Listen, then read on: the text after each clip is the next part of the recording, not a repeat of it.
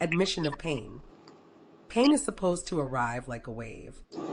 Sharp, crushing, impossible to ignore. But I felt none of that. What settled inside me instead was clarity, cold, frightening clarity. Clearer than I had ever felt it, even during the toughest years of running my logistics company. Back when I had to fire employees who stole from me or stare down racketeers in the 90s without blinking. I turned slowly and walked back into the hospital. The lobby was nearly empty.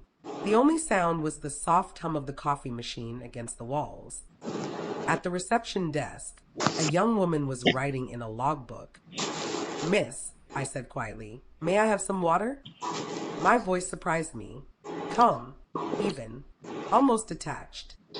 She handed me a plastic cup. I thanked her and moved to the corner of the waiting room, lowering myself onto a hard chair. I needed 10 minutes. Just 10 minutes.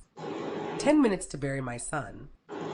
Not the man I had just seen laughing through glass, but the boy I once knew. The child with scraped knees. The one who brought me clumsy Mother's Day drawings and promised he would always protect me. That Sterling was gone. What remained was a stranger with my eyes, convinced the world owed him everything. I took a sip of water. It was warm and tasted faintly of plastic. And then the pieces locked into place. The car. The midnight blue Escalade. I bought it. I selected the trim. I paid the insurance.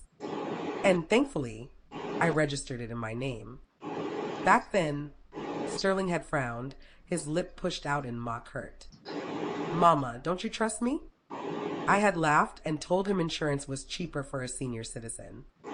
That joke, meant to ease his pride, had just become my strongest weapon. To him, the car was part of his identity.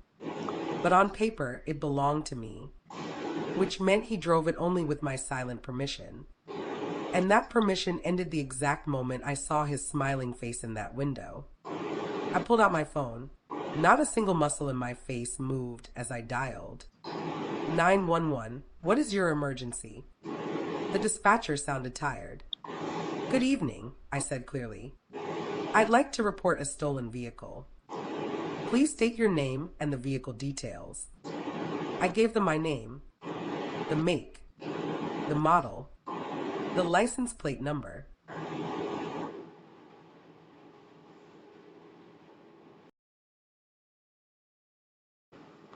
"I just spotted my vehicle," I replied. "A blue Escalade traveling down Martin Luther King Jr. Drive, heading toward the entertainment district. Is the driver authorized?" "No," I said. "An unauthorized male is operating the vehicle." "Do you know the individual?" I closed my eyes briefly. My husband's face, pale, tangled in tubes, flashed before me. "No," I said. And maybe it wasn't a lie. Was that man truly my son anymore? "I believe the driver is under the influence of alcohol," I continued calmly. "He is driving aggressively and creating dangerous conditions. There are passengers in the vehicle. Their lives may be at risk. I request immediate action." "Understood," the dispatcher said. "An alert has been issued to patrol units. Please remain on the line." I ended the call. My hand never shook.